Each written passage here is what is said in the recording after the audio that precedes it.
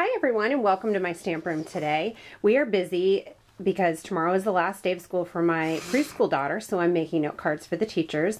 We're going to use the Medallion Stamp, and I'm going to show you, I use Bermuda Bay to ink up the entire stamp and stamp it, but I also have done a variation, which I'm going to show you.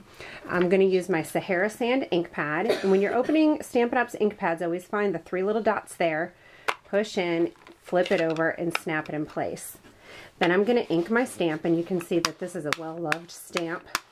And this is a very big stamp, so you got to kind of work at it to make sure it's all inked up.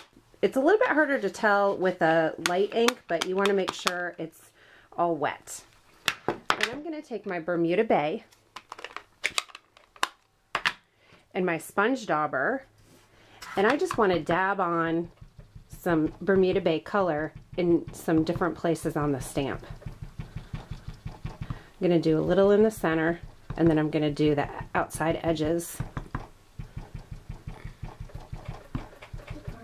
all the way around, just blending this color in. And these sponge daubers are great. Stampin' Up sells a set of, I think, 12 of them for $9.95, which is a great price. I have already cut my white cardstock down to 5 by 3 3/4.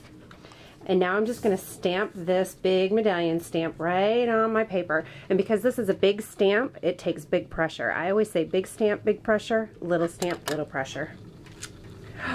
Oh my gosh, that is so awesome. Isn't that gorgeous? The different shading you get. Then I took my Bermuda Bay layer for behind, and it's just a 1/4 inch larger. So it's 5 1/4 by 4. I'm going to add, I always add my snail adhesive to the layer that I'm gluing down so that I can get the glue right up to the edge. Because if I put it on this Bermuda Bay, then there might be glue all along the edges, and I don't want that. And then I always rub where I put my adhesive to make sure it sticks good. And then I have my coordinating Sahara Sand cardstock. This is a half sheet of 8.5 by 11. I just cut it in half at 5.5. Fold it in half, and it makes your card base. I'm going to lay my Bermuda Bay polka dotted ribbon down and just tie my bow. You always want to make sure this is flat before you go in and do the rest of your bow.